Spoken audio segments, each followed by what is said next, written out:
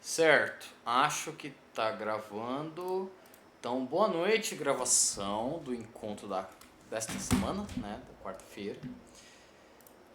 Eu tô aqui para falar bem rapidinho sobre containers. Então, esse vai ser um encontro bem rápido, porque containers é um tema que eu acho mais interessante a gente pôr em prática. Então, eu quero pegar uma live, né, não necessariamente um live code, mas um formato parecido ali, pegar uma call de estudos para a gente poder treinar ao vivo sobre containers.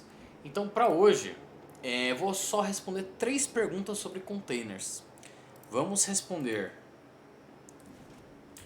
o que são containers. Acho que é o mais importante, né? Muita gente aí não faz ideia do que é. Tem gente que até usa no trabalho, mas não faz ideia, né? Não entende direito. Qual é a utilidade, né? Então, tipo, para que serve e como começar a usar. 3 perguntas pra galera sair daqui e já pelo menos saber um pouquinho mais. E aí a gente pode, em momentos futuros, né, marcar uma call de estudo sobre isso e por aí vai. Pra hoje, pera aí, eu não posso minimizar esse daqui, senão na gravação não sai. Pra hoje, vai ser mais isso. Pra essa semana agora não vai ter call de estudos ainda de container. Não tivemos call de estudos nem segunda nem terça, vamos ter sexta-feira sobre Python. Vai ser um momento para a gente fazer exercícios de Python ali. Tô pensando em algum momento a gente streamar essas calls de estudo também no YouTube. Chamar a atenção da galera, né? Pra chamar mais gente para participar. Semana passada não tivemos call de estudo nem nada, porque tava meio ocupado ali. E a galera da UFSCar ainda não tava de férias exatamente. Agora eles estão. E eu tô encaixando pra gente fazer umas coisinhas em conjunto. Então tem gente que me pediu call de estudos de tarde, eu quero ver se eu consigo encaixar semana que vem 2 calls de estudo. Uma que eu possa ministrar no período da noite e talvez uma de tarde, enfim, estamos alinhando ali ainda. Mas é isso. Beleza? Então hoje é containers, sexta-feira, daqui 2 dias é Python, e aí com o tempo a gente marca mais sobre containers. Belezinha? Tá, então vamos começar a falar, né? Aí quem não pôde comparecer assiste a gravação depois. Então as perguntas vão ser essas 3. Isso daqui vai se manter. Então eu serei um pouco rápido e vou recomendar links de vídeos para vocês. No meu caso, eu estou usando Windows, então deixa eu mostrar uma paradinha. Como eu estou usando Windows, para gerenciar os meus Dockers, Docker você pode gerenciar tanto ali pelo CMD, né? Ver a linha de comando, quanto no meu caso do Windows tem um aplicativo, né? Um programinha, uma UI e tudo mais, para mostrar as imagens e containers e por aí vai. Então, mostrando aqui na tela, aqui está o que eu uso o Docker Desktop mesmo, que eu saiba existem substitutos, e como eu falei tem ali via CMD, mas para o que eu preciso no dia a dia, geralmente isso daqui basta. E se eu tenho que fazer, sei lá, mexer num Docker Compose, Docker File, aí eu mexo na mão mesmo ali e boas. Beleza? Então, eu vou fazer alguns desenhos. Vamos começar com o que são containers.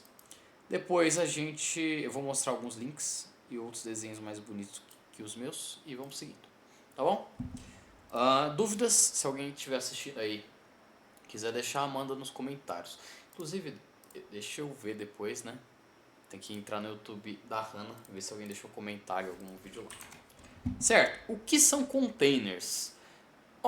Para responder essa pergunta, eu acho que é interessante a gente entender primeiro assim, o que é uma máquina virtual, qual a importância de uma máquina virtual. Porque talvez nas suas andanças por aí, você tenha passado por alguma situação em que você tenha precisado de uma máquina virtual ou algo semelhante a isso. Então vamos lá.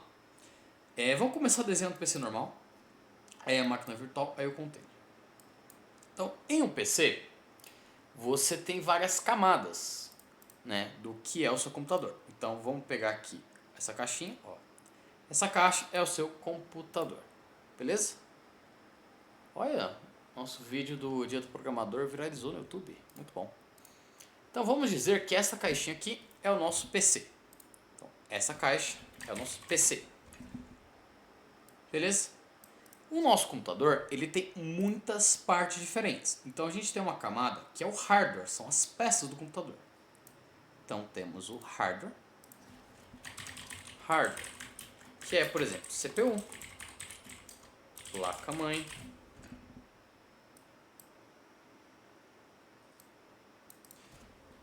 GPU, memória RAM e etc. Hardware é a parte física do computador. Então, de acordo com o professor de informática que eu tive no prézinho, hardware são as peças, software são os programas. Então ele fazia assim, ele pegava um armário e ficava batendo. Hardware são as peças, software são os programas.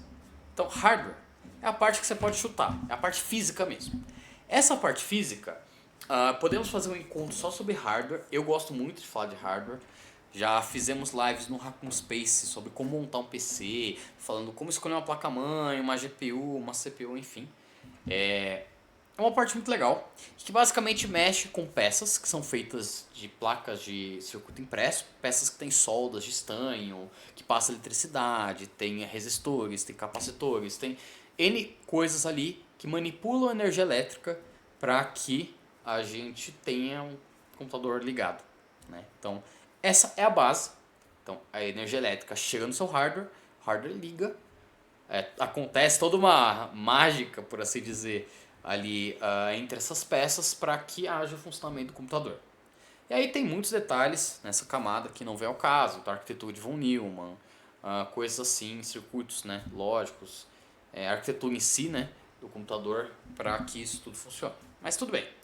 Acima dessa camada, eu vou colocar uma aqui que não vamos explorar muito, né? Pelo menos na minha visão, tá? Eu vou pôr essa camada com o seguinte nome, de boot barra firmware. Vamos pôr assim, bootloader barra firmware. Essa camada, quem é mais, né, mais baixo nível aí pode reclamar de mim, mas eu vou só simplificar porque eu não vou falar muito dela hoje, né? Que assim, com o hardware ligado na energia elétrica, nós temos que ter os primeiros programas de computador funcionando para que a gente faça qualquer coisa. Então, na sua placa-mãe, né, em algumas outras peças também, acho que a GPU, por exemplo, tem, vai ter um firmware, que basicamente é um programa de computador já salvo ali na peça, para que algumas funções básicas sejam habilitadas. Então, esse firmware vai ser ligado, e a partir desse firmware você vai conseguir executar o que a gente chama de bootloader, que basicamente é o programa para você selecionar seu sistema operacional. Então, eu estou, né, só resumindo tudo aqui, mas basicamente você nessa etapa vai poder escolher, pô, eu quero iniciar meu Windows, meu Linux ou por aí vai. O que acontece na maioria esmagadora dos computadores é que você nem passa pelo bootloader. Você, por ter só um sistema operacional, já automático liga direto nele e todo mundo fica feliz. Então essa camada aqui eu só estou citando, ela envolve mais detalhes e por aí vai, mas é importante citar que ela existe. Então, com o hardware ligado, você tem essa seleção do sistema operacional. Existe ali um pequeno software rodando para ajudar nessa parte. E aí é que a gente entra numa camada muito importante que é o SO. Então, esse bootloader vai carregar o sistema operacional, SO, que pode ser um Windows. Então vamos lá. Pode ser um Windows, né, um 10, Windows 11, pode ser uma coisinha. Peraí. Pode ser um Ubuntu. Para quem não sabe o que é Ubuntu e tudo mais, é uma distro baseada em Linux. Então Linux não é um sistema operacional, é um core, é um núcleo de sistema que é usado para muitos sistemas por aí. Então Ubuntu, sei lá, Kali Linux. Como só tem eu nesse encontro dessa vez, eu não, os amigos aí que amam Linux não estão aqui para dar sugestões. Mas tem N distros Linux aí. E essas que eu citei são as que eu mais usei particularmente. Mas tem, sei lá, Debian. Nunca usei Debian, mas enfim. Tem, não sei, acho que o Android, se eu não me engano, o Android que roda nos celulares, ele foi baseado no kernel do Linux, mas depois sofreu alterações. Eu não sou muito da área mobile também, então não tenho certeza. Mas, enfim, seu Android, seu iOS, enfim. É um sistema operacional, tá? Os que eu mais usei estão aí na ordem. Então Windows, várias versões de Windows, O Ubuntu, Kali Linux e outros eu mais ouvi falar, eu tive muito pouco contato assim. Android a gente usa bastante, né, no celular, ou para quem tem iPhone iOS, mas assim, muitos detalhes menores ali do sistema operacional a gente não tem acesso, ele já é mais embaladinho e feito para a gente só usar mesmo. Beleza? Então, o que é um sistema operacional? Eu acho que é importante, né? A gente é um conceito que a gente usa no dia a dia, mas não sabe definir muito bem. O sistema operacional, ele é um software, então é um programa também de computador, que ele gerencia todas as suas ações no computador. Então é a partir dele que você instala um programa, que você salva um arquivo, que você busca um arquivo, que você executa um programa ali, enfim, ele vai criar um processo ali na lista de processos. O SO ele vai orquestrar toda essa parafernália aí. E uma coisa muito interessante do SO é que ele vai fazer a comunicação com o hardware. Então, vamos fazer aqui uma setinha e o hardware vai responder de volta. Então, quando necessário, o que você fizer via SO vai comunicar com o hardware e vai acabar utilizando, né? Importante ressaltar o bootloader aqui. O bootloader não necessariamente, mas tipo o firmware ali do hardware, tá? Então, assim, no SO é a partir dele que a gente faz basicamente todo o resto. Que a gente digita um texto, que a gente faz qualquer coisa. E olha que interessante, o teclado é um hardware também. Então você apertou uma tecla, a tecla ali vai gerar um impacto elétrico, né? Seja cortando ou permitindo fluxo de energia elétrica. Esse fluxo de energia elétrica vai ser traduzido pelo firmware do teclado e demais hardwares necessários para se comunicar com o SO. Comunicando com o SO, faz alguma ação no computador. Pô, Marcos, está muito confuso? Não se preocupe, eu estou tentando dar só um resumo, porque são áreas realmente extensas mesmo. O que você mais tem que entender é o seguinte: no seu computador tem essas três camadas aqui mais baixas: peças de computador, alguma coisa que vai te ajudar a selecionar seu sistema operacional, que na maioria dos casos você nem tem contato com esse cara, ele já automático já faz tudo para você, tá? E também, né, ali no meio você tem o que te possibilita se comunicar com o seu computador, hardware. E tem o sistema operacional que todo mundo usa, todo mundo ouve falar, mas que é um pouco mais complexo, que ele só orquestra, ele permite que você faça todo o resto ali no seu computador, nas camadas de cima. E aí, pelo SO, a gente vai ter... Opa. Deixa eu só ver uma imagem de referência aqui para ver o quanto eu divido isso. Roxo SO... Tá. Aqui... Tá. Então já vamos direto para os programas. E aí temos a camada dos programas. Os softwares, programas. Então, no seu SO, eu vou pôr dados também, né? Importante. Dados. Então, arquivos, fotos, vídeos, pastas, etc. Executáveis. Então, vamos pôr tudo na mesma camada, porque tudo isso vai ser gerenciado pelo computador, tá? Na mesma camada ou divido? Tá, para fins, enfim, vamos pôr tudo na mesma coisa. Então aqui a gente pode ter o Paint, que é o que eu estou usando para desenhar, a gente pode ter o Discord, a gente pode ter o WhatsApp, o app do WhatsApp, né? App do WhatsApp, a gente pode ter um VS Code, etc. Então, eu vou pôr tudo na mesma camada, mas a gente poderia diferenciar o que é um software de arquivos mesmo, né? Enfim. Então, no seu SO, você vai ter ali programas rodando. Esses programas muitas vezes estão executando em segundo plano, então você não precisa ter uma aba aberta no seu SO para que o programa esteja sendo executado. E você tem arquivos que são salvos ali. Esses arquivos salvos, falando de forma bem sucinta, eles são salvos fisicamente no hardware. E aí tem todo o processo. Então você pega um arquivo, né, dados ali, esses dados vão ser comunicados com o sistema operacional, que vai se comunicar com o hardware, que vai gravar eles ali no HD ou no SSD. Beleza? É isso. Então, basicamente, vamos seguir com essa divisão aqui. Então, se eu tiver um programa de computador, por exemplo, meu Paint, e eu fizer alguma ação como clicar nele, vai ter essa comunicação aqui, muitas vezes, né? Dependendo da situação, pode ser algo um pouco mais direto com hardware, ou então ele vai vir para o SO, né? O que você fizer ali via software vai fazer uma chamada de sistema para o sistema operacional e vai havendo essa comunicação. Então aí do hardware a gente pode ter uma comunicação direta aqui para software, dependendo da situação. Ou então ele pode continuar seguindo todo esse fluxo, né, de hardware que volta para o SO, que o SO volta aqui para os softwares. Enfim, muitas setas. O importante é entender mais ou menos o nome dessas camadas e que elas interagem entre si, tá bom? Então eu vou até apagar essas verdes para dar para ler melhor. Então as camadas, vamos lá. Essas camadas interagem entre si para a troca de dados e informações. Então é uma nota aqui importante, que é basicamente as setas que eu estava desenhando. Isso é um computador. Muita gente pode dividir mais, né, bonitinho ou não, mas acho que isso daqui está bem aceitável. Só que aí o que acontece? Você pode sim instalar no seu computador mais de um sistema operacional. Isso é uma parte importante, por isso que eu citei o bootloader.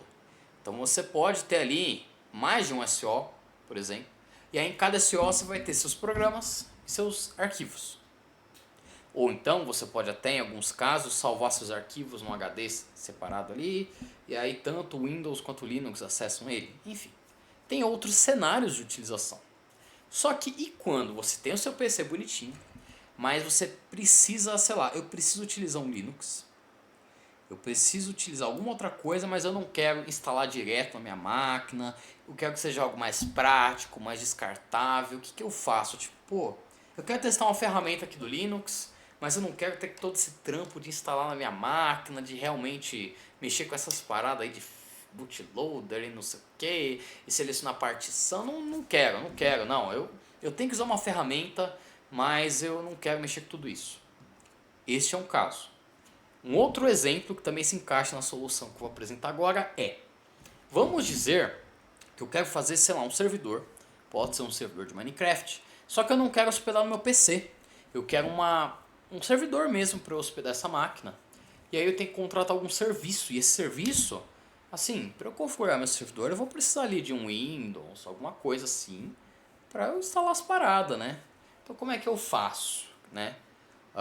Para essas duas situações, a solução geralmente é máquina virtual. Se você quer usar um outro sistema operacional, por N motivo que seja, mas você não quer realmente instalar ali e ter a conexão direta com o hardware, ou se você quer uma máquina, só que ela não está ali fisicamente disponível para você, uma máquina ali que um outro servidor, um servidor externo, algum provedor externo ali, ele que vai te fornecer e você só quer acessar e mexer nele e pronto. A infraestrutura, os detalhes ali pormenores de como funciona, você não quer saber, você só quer utilizar e pronto, acabou.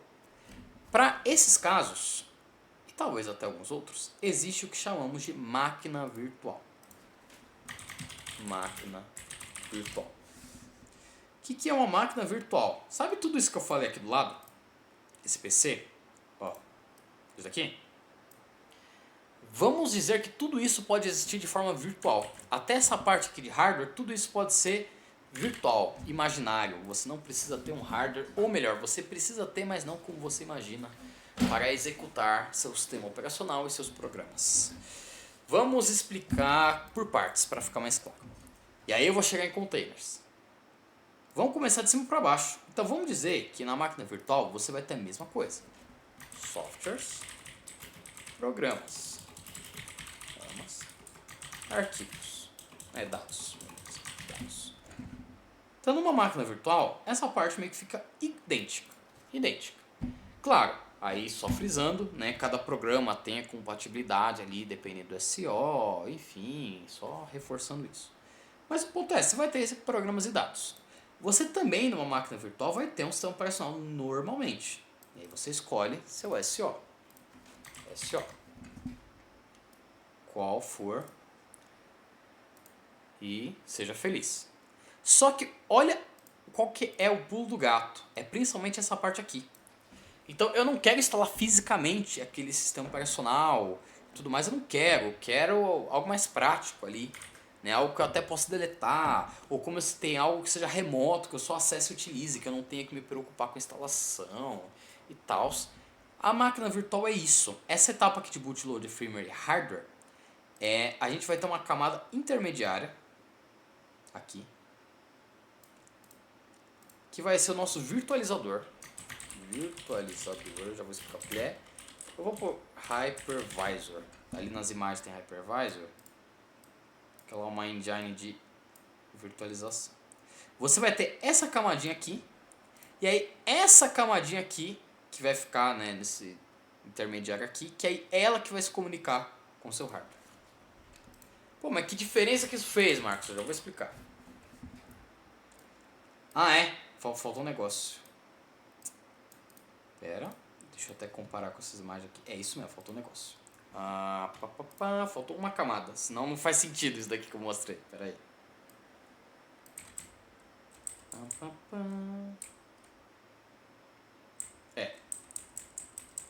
Aí. Faltou uma camada para tudo isso fazer sentido. Eu fiz uma pequena crédito. Agora sim. A camada é...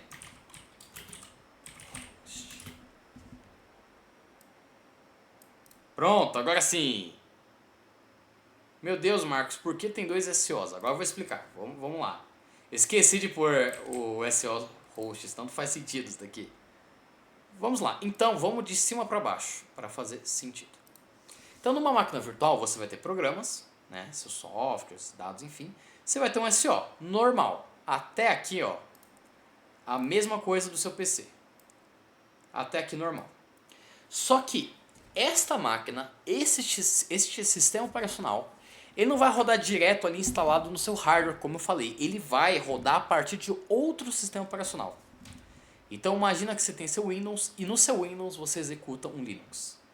Então vai haver uma troca aqui.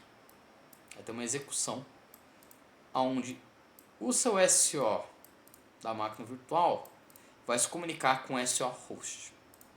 E aí eu vou até mudar o nome aqui, ao invés de só SO da máquina virtual. Aí.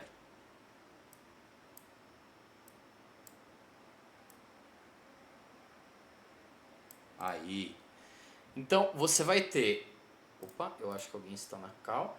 Olá, Nalu. Eu estou... Ai, na gravação ficou tudo cagado, eu não posso minimizar.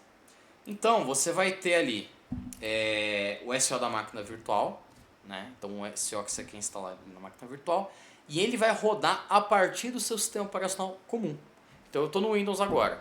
Então no Windows eu rodo esta máquina virtual, que vai abrir um novo sistema operacional ali para utilizar normalmente. É meio que o SO dentro do SO. Meio uma recursão ali maluca, meio um Inception. Então, se eu tiver uma janelinha aqui com o meu Windows,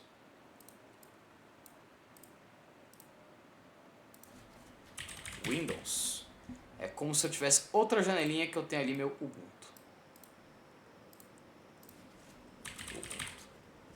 Então eu não tenho que mexer com o bootloader, eu não tenho que ir lá reiniciar o PC e trocar o sistema operacional, nada disso.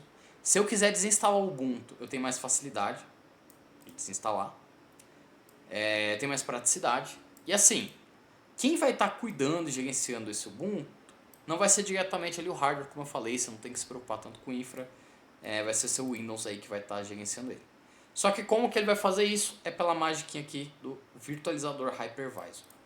Então existe ali, integrado ali com o seu hardware, essa tecnologia de virtualização. Né? Você consegue até habilitar e desabilitar ela no firmware da sua placa-mãe, que vai permitir toda essa parada aí de tipo um SO rodar dentro do outro. Esse virtualizar, esse pegar essa conexão que era física, né, física de firmware com hardware e transformar em software. Como isso funciona? É mágica. Vamos deixar que é mágica, vamos deixar nesse encontro como sendo só mágica mesmo, porque é complexo, não é muito fácil. Tem explicações muito boas, simplificando tudo mais, mas os detalhes são bem baixo nível, né, para fazer esse fingimento de uma coisa rodar na outra, enfim. O ponto é, existe essa tecnologia, E aí toda essa comunicação aqui é feita se baseando nela.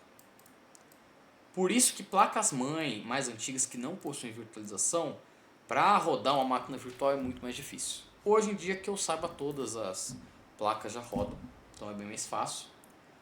E enfim, tem essa comunicação. E aí eu vou explicar o que tem a ver com container. Então, é isso. Máquina virtual, tudo isso aqui é a mesma coisa, só que é uma máquina, né, um sistema que vai rodar em cima de outro sistema operacional. E tudo isso vai utilizar a máquina do virtualizador. Ou a tecnologia hypervisor ali. Enfim. E aí, eu falei que isso pode ser usado, por exemplo, pô, eu quero instalar meu Ubuntu ali, só para testar, só para zoar, enfim. Funciona desse jeito, né? Com esse esquema aqui. Se eu não me engano, o WSL, que é o subsistema de Linux para Windows, ele usa virtualização também, então ele meio que é uma máquina virtual, por assim dizer. Enfim, quando você hospeda uma máquina em um serviço em nuvem, você também está utilizando máquinas virtuais. Basicamente, você está num servidor lá random, sei lá, da AWS, e aí lá que vai ter um sistema operacional instalado, ou algum software de virtualização, e lá que vai ser instalado sua máquina, aí você só acessa virtualmente e faz ali as paradas. Você não tem que se preocupar com nada ali de como está sendo rodado. O cara que está hospedando o servidor ali, ele se vira como que vai ser a gestão do hardware disso, como que vai ser a gestão da sua máquina virtual. Você só usa e todo mundo sai feliz. E até para replicar, tipo, eu quero fazer uma cópia da minha máquina virtual. É bem fácil de fazer e tudo mais. Tá? Então é isso. Só que aí existe o terceiro carinha, que é o foco daqui, e a gente responde de vez as duas primeiras perguntas, na verdade. O que são e qual a utilidade. Existe o container. Marcos, mas eu só quero fazer algo simples. Eu não quero ter que pegar meu Windows, instalar outro SO, tipo um Linux, um outro Windows, para ir fazer as paradas. Eu quero algo mais simples, mais leve.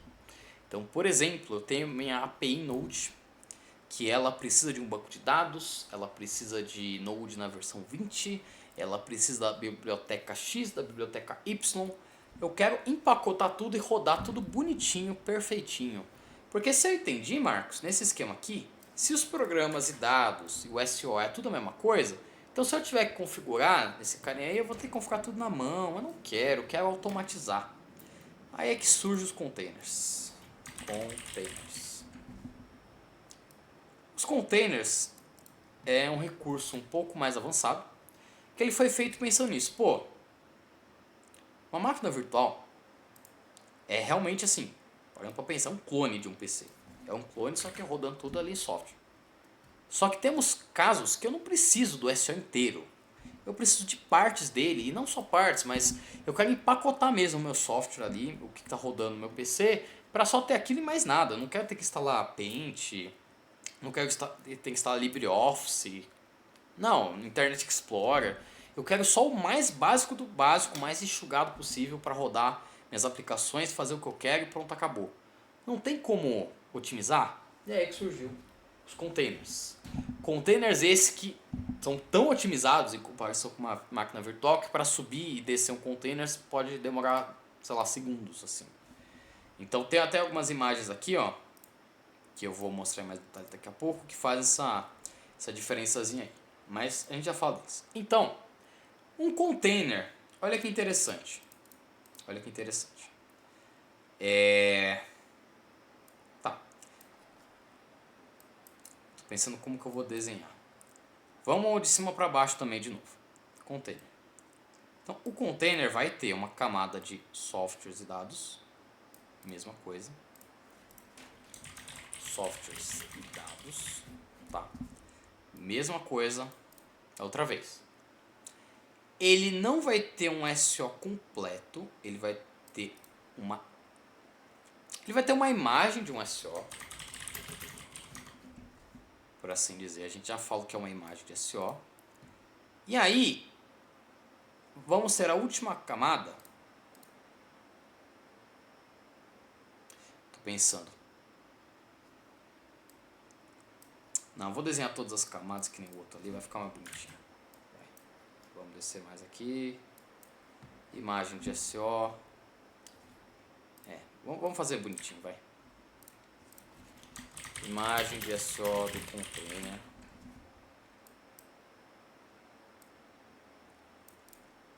Aí a gente vai ter não um orquestrador, né? Um software para lidar com containers, tipo Docker. Software engine de containers, exemplo Docker.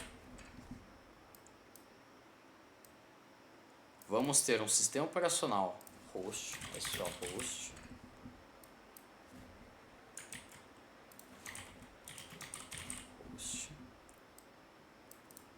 E aí naquele desenho eu vi que não tinha a parte de hypervisor, mas eu vou colocar aqui.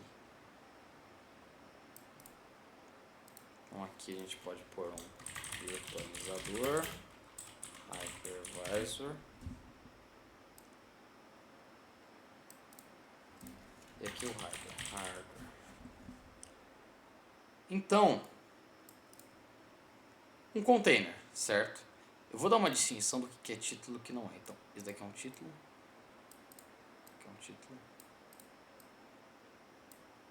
Aqui é um título. Então, o container, você vai ter ali sua camada com softwares e dados.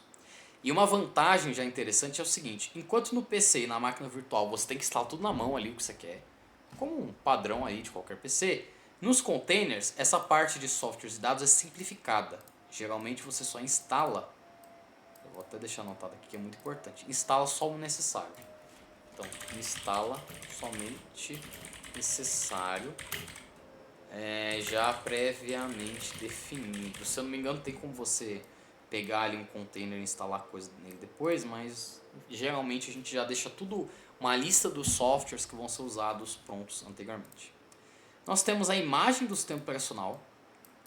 Essa imagem, assim, eu vou explicar, estou pensando, eu falo que imagem primeiro.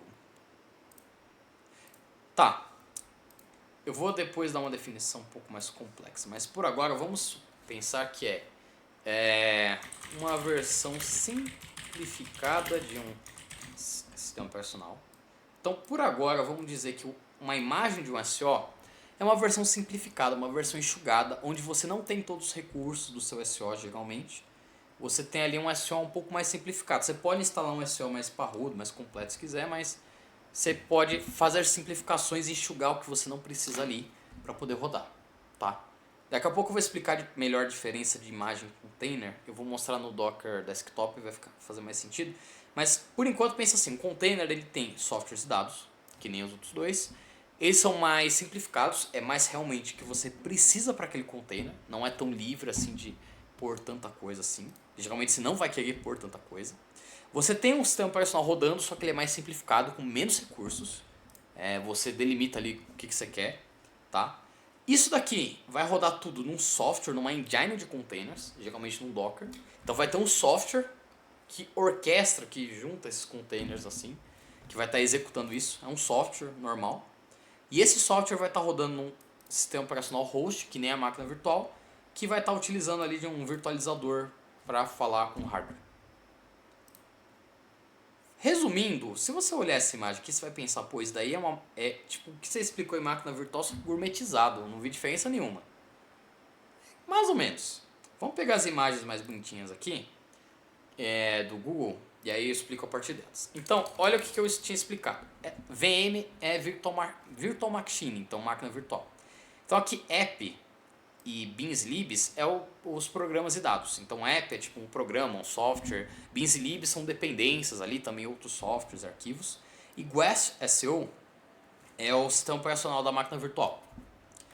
Uma coisa muito importante um SO pode rodar várias máquinas virtuais. Então SO host, você pode instalar N máquinas virtuais ali desde que tenha recurso. Então isso daqui, essa partezinha aqui, esse pilarzinho, app, beans libs e guest SO é uma máquina virtual. É basicamente o que eu desenhei aqui. Então a máquina virtual é mais essa partezinha aqui. É mais essa paradinha aqui. Tá? Que aí, como eu falei, vai rodar num sistema hospedeiro. E aí, você pode instalar mais de uma máquina virtual. Então aqui tem o hypervisor. Aqui ele mudou um pouco a ordem. O hypervisor ele tá aqui em cima, mas é que pra mim a virtualização ela tá bem casada com hardware, então eu mudei a ordem. Eu acho mais interessante, tá? Essa mudança de ordem. Mas, enfim, vai ter a comunicação aqui de o host falar com os hypervisor ou outro software de virtualização que vai se comunicar com o hardware. Então, esses três vão rodar essas VMs aqui. Enquanto o container, olha só, como eu falei, ele também tem um app, ele também tem ali as bins e libs. E aí, é que aqui ele não tá pondo o SO, mas tá bom. Ele juntou aqui o SO dos containers com a engine de containers, mas tá bom. Então aqui vai ter o software que vai mexer com os containers, que aí vai se comunicar com o host SO e com o hardware. E esse container engine, no caso do Docker, eu não sei se mudou depois, mas na versão mais recente que eu utilizo, eu tenho que habilitar a virtualização, então de algum jeito ele usa ali virtualização para poder rodar. Essa imagem não deu pra ver muita diferença, caramba, viu? Pô, Microsoft, tem imagens melhores?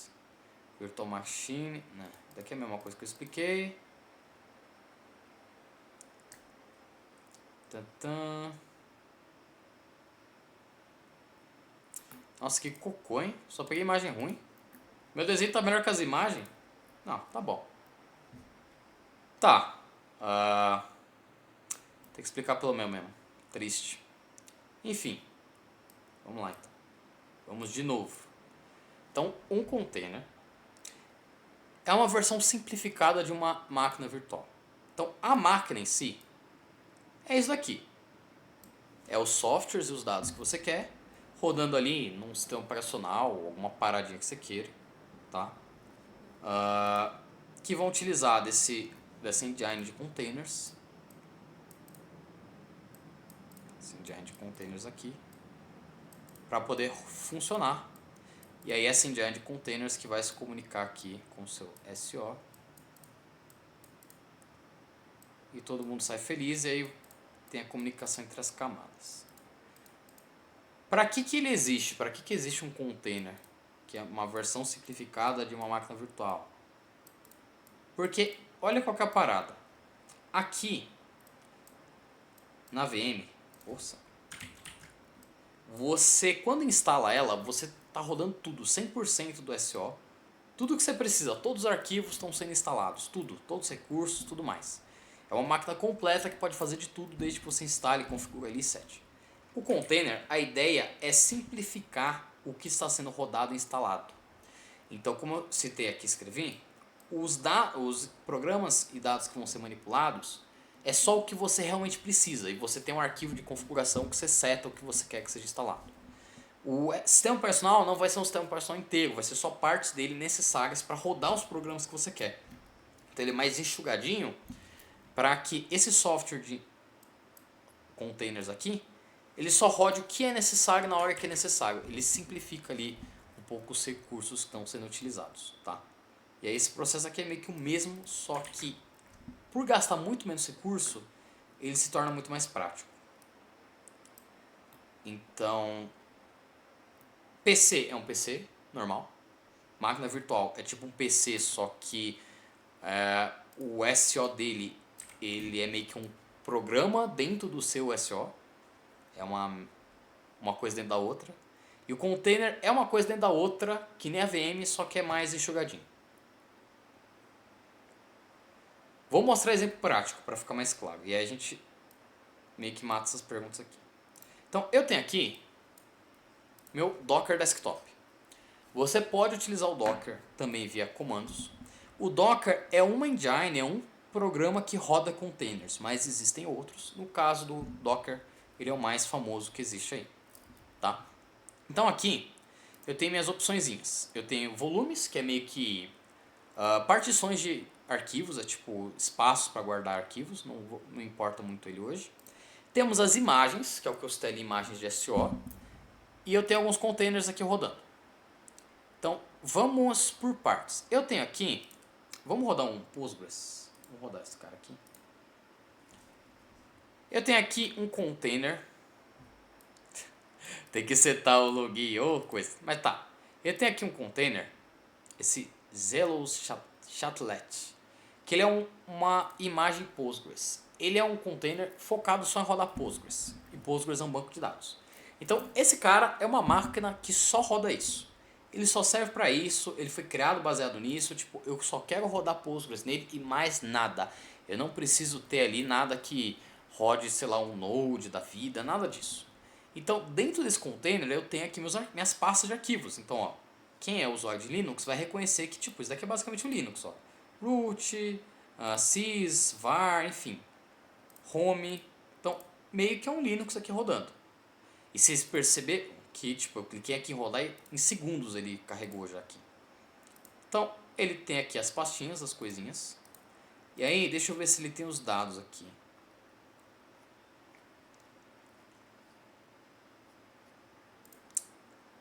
Eu acho que era em stats, mas ele... Pera aí. É como ele deu erro de credencial, ele não vai funcionar. Eu vou ter que pegar... Vamos criar outro. Ah, não, ok, já sei fazer. Aqui. Para que aquele container Postgres estivesse rodando, eu citei que um container você enxuga ele, você só põe o que você quer que seja instalado. Então eu cliquei aqui na definição do container Postgres. E aí tem aqui a lista do que é necessário para que ele rode. Então pela lista a gente pode ver que ele está rodando um Debian, alguma versão simplificada de Debian, que ele instala algum software tipo um SQLite 3 aqui, algumas utils do Linux, ele tem Perl, sei lá porquê, acho que o Postgres deve usar Perl. Ele tem uma listinha de dependências aqui. Ele não é simplesmente, instala ali o Debian e pronto, acabou. Não, ele já tem certinho o que precisa ser instalado para rodar. E além de ter a lista de programas e pacotes aqui para rodar, ele tem uma lista de comandos que vão ser executados para configurar ele, para já deixar tudo ele configurado, setado bonitinho. Então não é uma máquina que eu vou entrar e aí lá dentro que eu decido que eu vou utilizar ou não. E vai ter muito recurso sendo utilizado para nada. O container ele é bem realmente focado no que você quer que ele faça, no que você quer que seja instalado, para que seja mais fácil de gerenciar. Então se eu quiser pegar meu container aqui e deletar ele, eu deleto. Está deletado. Se eu quiser rodar um novo container, está rodando aqui.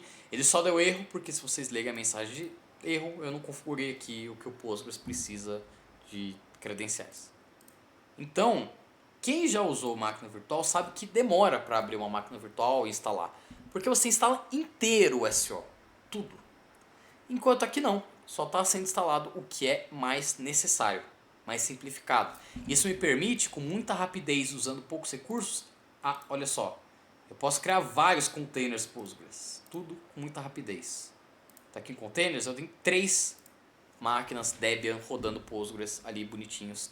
Claro, eu tenho que configurar, eu tenho que setar a porta, né, para não ter ali conflito de portas, de comunicação. Tem esses pequenos detalhes que é comum que sempre tenha mesmo. Mas eu não tenho, por exemplo, eu tenho que ir lá na minha máquina Debian e setar, sei lá, setar um FL, não sei se Debian tem um FL, se só o Ubuntu tem.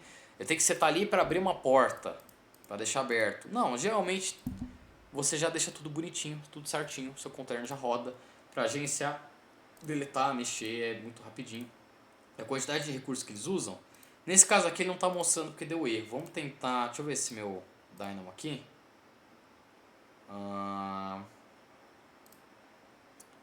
Não, eu quero ver os stats dele. Não mostra os stats de Build Details. Quero ver o quanto ele usa de recurso.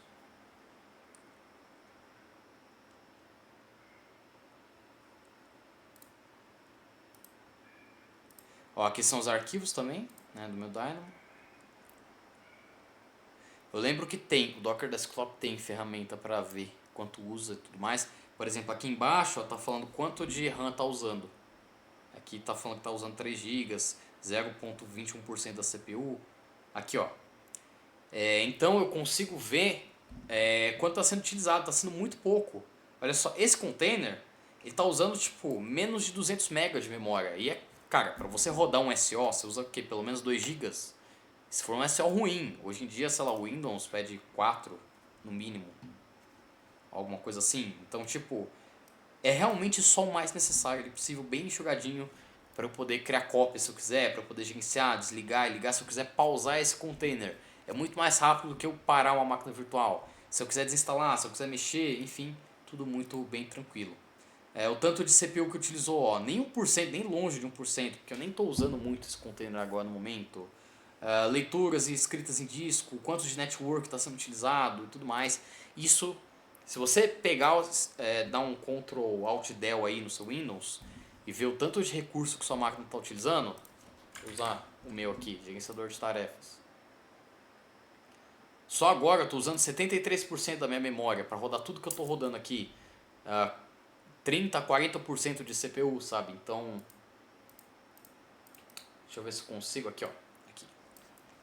Então, ó, eu tô rodando um sistema operacional inteiro normal, sem virtualizar, sem nada. Então, olha o tanto que eu acabo utilizando, por conta de eu estar rodando N programas ali variados. Tô rodando Discord, tô rodando OBS, tem aqui o tanto de internet que eu tô utilizando, sabe? Então,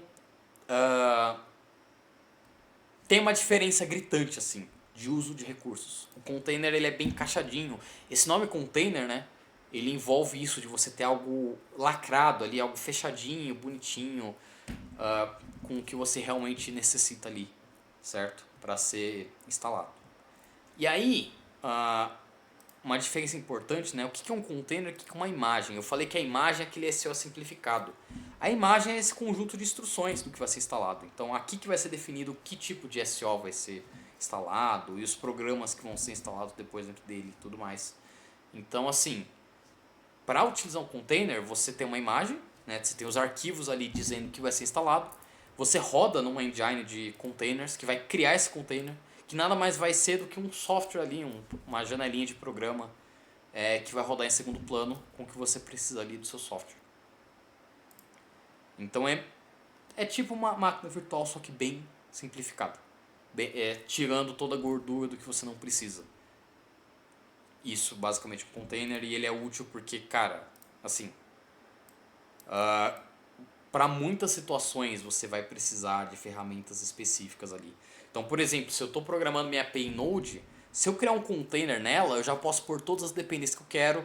E aí sempre que eu for instalar ela, eu não tenho que instalar tudo na mão. Eu posso só criar um container, rodo o container, deleto o container. Rodo, deleto. Posso criar cópias dele muito facilmente. Se eu quiser hospedar, é só enviar ali, né, meus arquivos para criar aquela imagem. Tem que enviar o código fonte também, né? Mas se você empacotar mesmo no container, já fica tudo lá bonitinho, teoricamente, e aí pronto, você só roda. E aí você pode distribuir, você pode fazer múltiplas cópias ali. Você pode colocar um load balancer. Então, pô, estou recebendo muita requisição, meu container está usando muito processamento. Eu posso dividir entre aplicações diferentes ali, para que uma pegue metade das requests, a outra pegue outra metade. É algo que dá uma flexibilidade, um poder muito grande de você criar softwares que utilizem poucos recursos, que sejam escaláveis, que sejam gerenciáveis. Porque, cara, quem já mexeu com máquina virtual sabe que se eu tivesse que a cada minuto, pô, cria uma máquina virtual, aí deleta outra, aí cria outra, aí sobe mais outra, é um inferno, demora muitos minutos, muito tempo, gasta muito recurso. Container não, ele é muito prático, porque ele é para um fim específico cada container, geralmente. Então essa é a utilidade, é para isso que serve. É porque hoje, para nossa demanda tecnológica, o que a gente tinha de um PC físico, instalado fisicamente, ali no HD, no SSD, tudo bonitinho, que você liga, roda o boot, faz não sei o que, para ir ligar, ter login e tudo mais, isso não serve. Uma máquina virtual, por mais que seja boa e tenha usos, para muitos cenários ainda não serve, ainda é muito lento, muito ineficiente, difícil de gerenciar, enquanto o container ele é muito mais flexível. Claro, aí tem esse problema, um container geralmente não é bom se você quiser uma máquina que faça 1 milhão de coisas ao mesmo tempo. O container ele é bem mais direcionado ali para usos específicos. Então no caso aqui que eu mostrei, eu tenho aqui para rodar um Postgres, eu tenho um para rodar um Dynamo, que é outro tipo de banco de dados, eu tenho aqui para rodar um sistema de mensageria de filas, né? Eu rodo geralmente uma fila SQS ali, testar serviços da Amazon.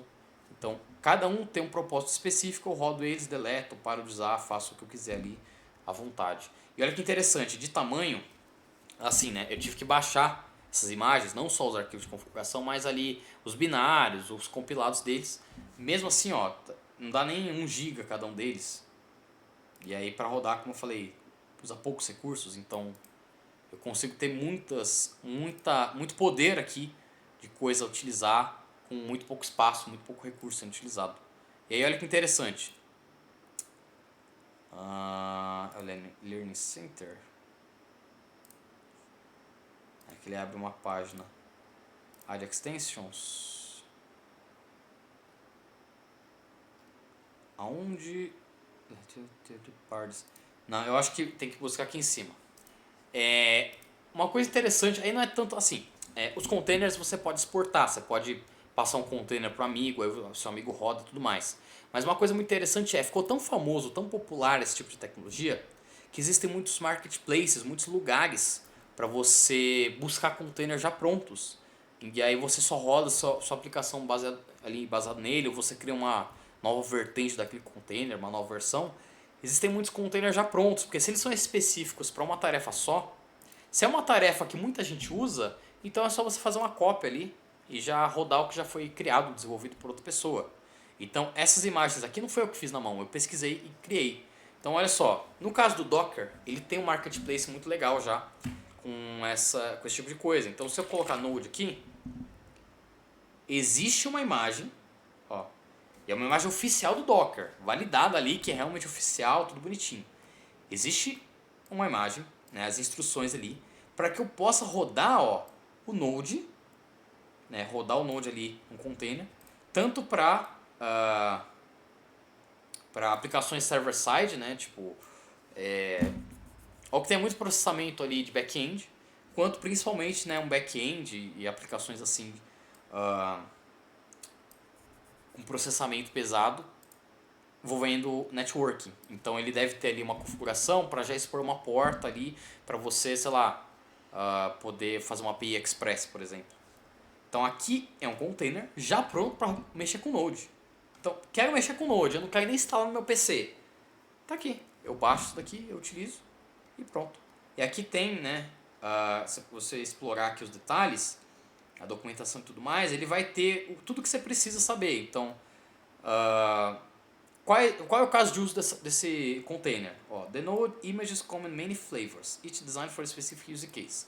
Então aqui está falando, por exemplo, que eu posso especificar qual versão do Node eu quero. Então eu quero a 20. Ou então não, eu tenho uma aplicação que só funciona em nodes muito antigos. Eu posso baixar o Node 16 aqui se eu quiser. Eu não preciso instalar na minha máquina um Node desatualizado. Por aí vai. Aí tem também a versão Alpine e a versão Slim, para quem utiliza. Enfim.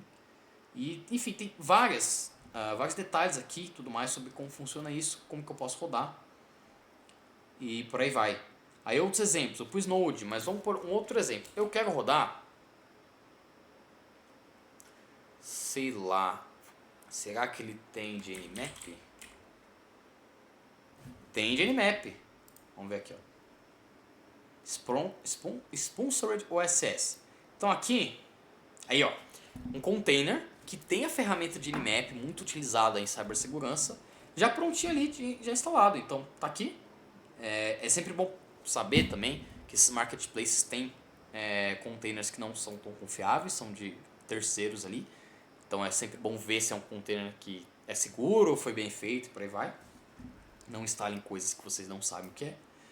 Mas 5 milhões de downloads, tem aqui a página dele no hub do Docker, para eu ver os detalhes e tudo mais, enfim. Então, eu quero rodar um Nmap, mas eu não quero instalar minha máquina. Container. Vamos até rodar aqui ao vivo, Vamos lá, Nmap. Versão. Aí tem aqui as versões. Run. Ele vai, eu acho que esse pool ele vai baixar, né, primeiro a imagem, os arquivos de configuração. Parece que já baixou. E bizarro, ele deu Nmap not found. Ué? Eu baixei você literalmente pra ter Nmap? Como que você não tem Nmap? Que é isso, cara? Olha, cada coisa, viu? Pô, Nmap me desapontou. Vamos pegar outra ferramenta, então. Pô, é que sei lá, ping é muito comum. Nginx, hein? Nginx. Vamos pegar então do Nginx. Eu quero fazer ali, sei lá, um proxy reverso com o Nginx. Eu quero que meu site PHP rode ali com o Nginx. Vamos aqui mesmo. Pode ser essa stable pin. Olha a rapidez. Baixou, cliquei para rodar, rodou. Agora foi. Essa aqui foi. E já tá rodando. Aí, claro, aí eu tenho que setar o que eu quero aqui no meu Nginx também. Não vai fazer mágica, né? Eu tenho que pôr o meu código, o que eu quiser mexer ali. Mas em pouco tempo ele já rodou. E por aí vai. Então, essa é a utilidade dos containers. É você ter essa flexibilidade, você ter esse poder de gerenciar vários ambientes diferentes, baixando poucas coisas, rodando poucas coisas, você poder exportar seus projetos de uma forma muito mais fácil, já pondo quais são as dependências que eu quero fazer. Então, ó, samples. Vamos ver se tem algum sample aqui.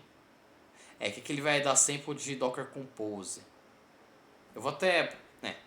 eu não sei se eu falo Docker Compose, Dockerfile, tá.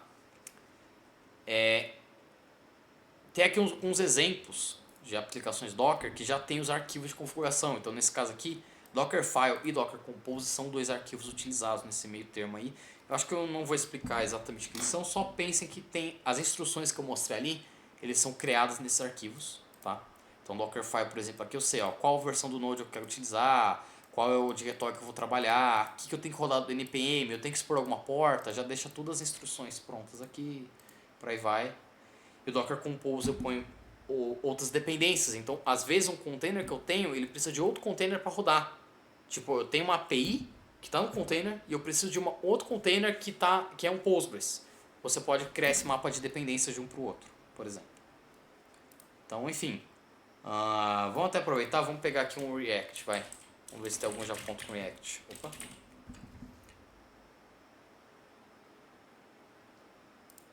Eu acho que... Interessante. Não tem um próprio do React. Eu acho que o React... E Next, será que tem? Eu acho que não tem, porque como são tecnologias bem gerais, eu acho que não faz tanto sentido ter um template, não sei. Tá. Bom, tem o Kali. Então lembra que eu falei ali de sistemas operacionais? Vamos dizer que eu quero rodar uma versão do Kali aqui no Linux, no meu Windows, só porque sim. Eu quero testar ali o Kali. Algumas ferramentas está aqui, né? Os containers do Kali, por aí vai. Muitas ideias, muitas ideias. Certo?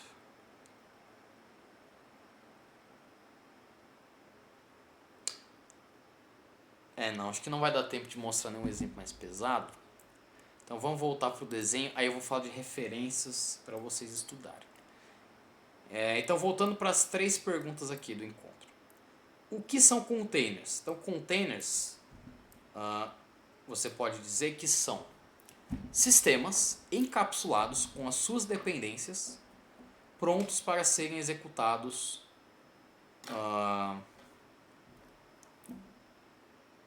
são aplicações com suas dependências já encapsuladas, prontos para serem executados com rapidez e flexibilidade. Tá?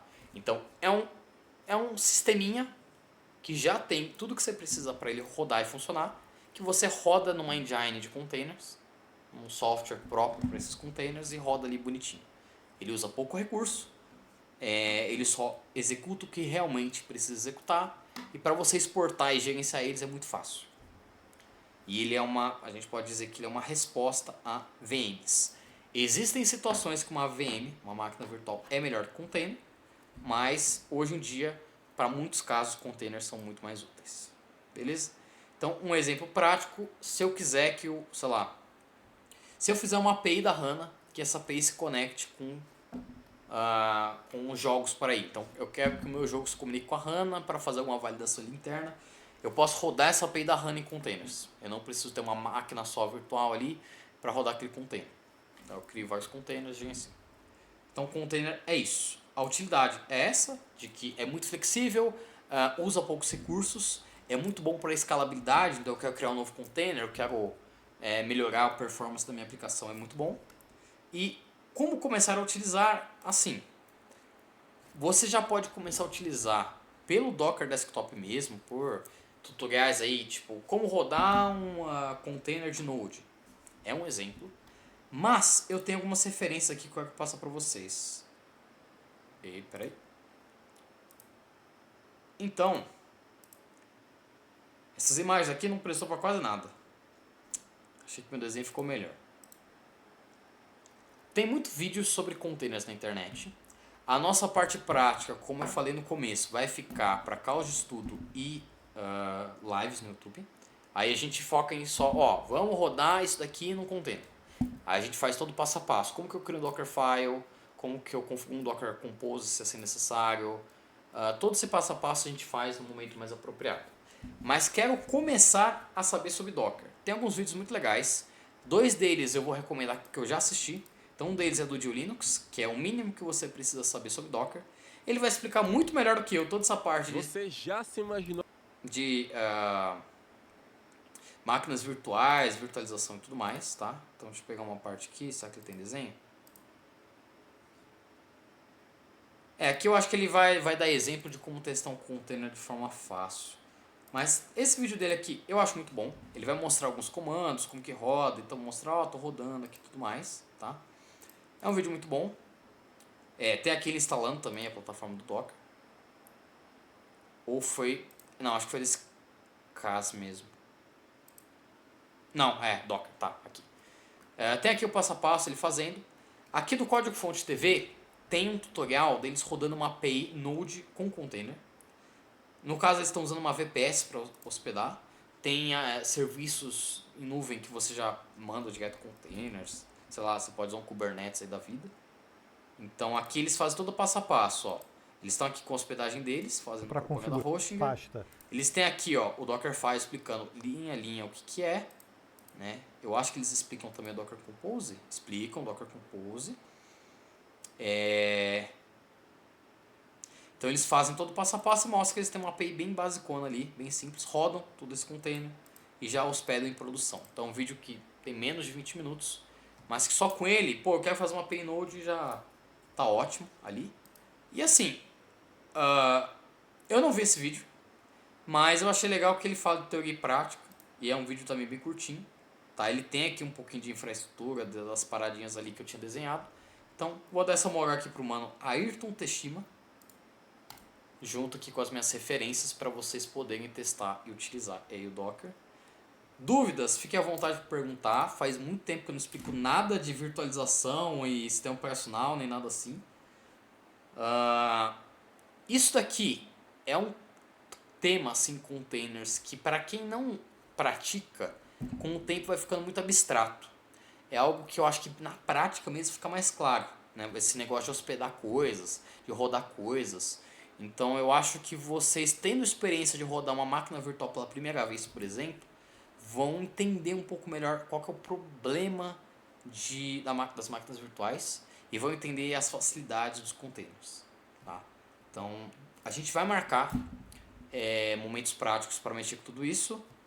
Fiquem de olho no cronograma. Dúvidas, fiquem de verdade à vontade para por aí, porque é aquilo, é um tema complexo mesmo. Tentei deixar de lado coisas como infraestrutura, sei lá, arquitetura de computadores, tipo x86, esses detalhes aí. Deixa eu pegar aqui o link. Eu vou pôr aí nos comentários, no chat do Discord e na descrição, na verdade, do YouTube, as referências aí, quiserem dar uma estudada, tá? E eu vou pôr essa imagem aqui que eu desenhei. Quem é muito, eu acho que devia ter avisado isso também. Quem é muito apegado aí a baixo nível, com certeza vai falar: Marcos, você explicou isso daqui de um jeito errado. Eu tentei simplificar.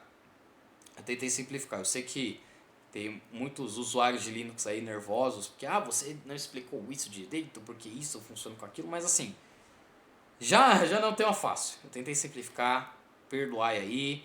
Quiserem também adicionar comentários, fiquem à vontade, explicando mais detalhes das coisas. Sei lá, não, o virtualizador tem que estar em cima no desenho por causa disso. Na minha opinião, acho que faz sentido estar aqui, mas vocês decidem aí. E GG Easy. Certo? Então, eu vou parar a gravação. Deixa eu pegar aqui, cadê?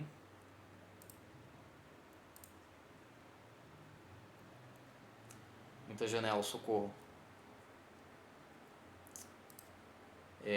Tá, eu mandei aqui, depois vou pôr ali no YouTube.